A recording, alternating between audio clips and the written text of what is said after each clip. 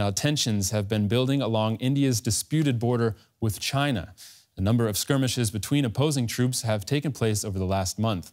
Now, reports of an increase in troop numbers on both sides are fueling fears of a bigger confrontation between the nuclear-armed neighbors. India and Chinese military commanders are holding talks today to try to defuse the situation. More on that in a moment, but first, this report on how India and China came to blows in the first place. Located high in the Himalayan mountains, the Indian region of Ladakh is known for its natural beauty. But in May, it was also the site of tensions, as scuffles broke out between Indian and Chinese troops. The region lies close to one of the most hotly contested borders in the world, between India and China. The yellow line on this map marks the boundary between the two countries. It's known as the line of actual control, but it's not a hard frontier, as China and India never agreed on where their official border should lie. In 1962, the two nations fought a war over the issue, but failed to resolve the problem. In the decades since that conflict, there have been several standoffs between Chinese and Indian troops patrolling the area. One of the longest and most serious was in 2017. In the summer of that year, the two sides confronted each other for 73 days after Indian troops blocked construction of a road by China. The leaders of India and China discussed the problem at meetings in 2018 and 2019. They promised to maintain the peace, but they made no progress on settling the issue of who owns the land in the border area. Nevertheless, they put mechanisms in place to prevent lethal flare-ups between troops. But recent satellite imagery posted on Twitter by an Australian security analyst suggests both sides are building up their military presence in the area. And this is causing concern that another more serious confrontation could be looming. DW correspondent Nimisha Jaiswal joins us now from Delhi. Nimisha, good to have you with us. Now, are people in the region worried that this conflict could escalate into something more dangerous? Well, I mean, there are definitely concerns because we are talking about two massive nuclear-armed nations. But in India especially, there is a difference between what happens when we are in conflict with Pakistan versus when India sees a conflict with China.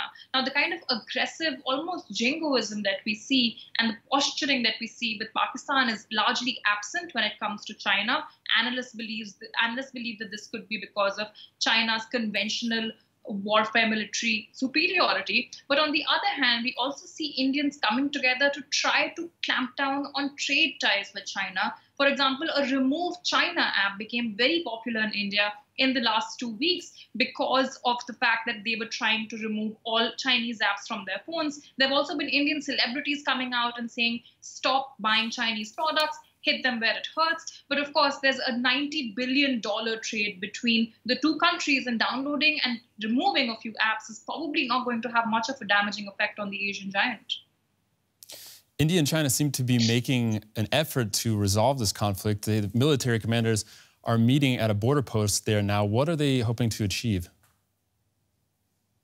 Well, that's right. I mean, already there have been 10 rounds of military talks at lower levels leading up to this. However, this did not lead to any positive results. Yesterday, there was some progress because diplomats from the two countries got onto a video conference together and spoke about how any dispute between the two countries must be resolved through peaceful discussion. These military talks are a step towards that. They are also saying they do not expect a complete resolution right now. But it seems that India has called for these talks, and India is requesting for China to allow for infrastructure development on the Indian side. India also demands that the troops be withdrawn to the status quo before the tensions arose, which is exactly what happened when the Doklam standoff of 2017 ended.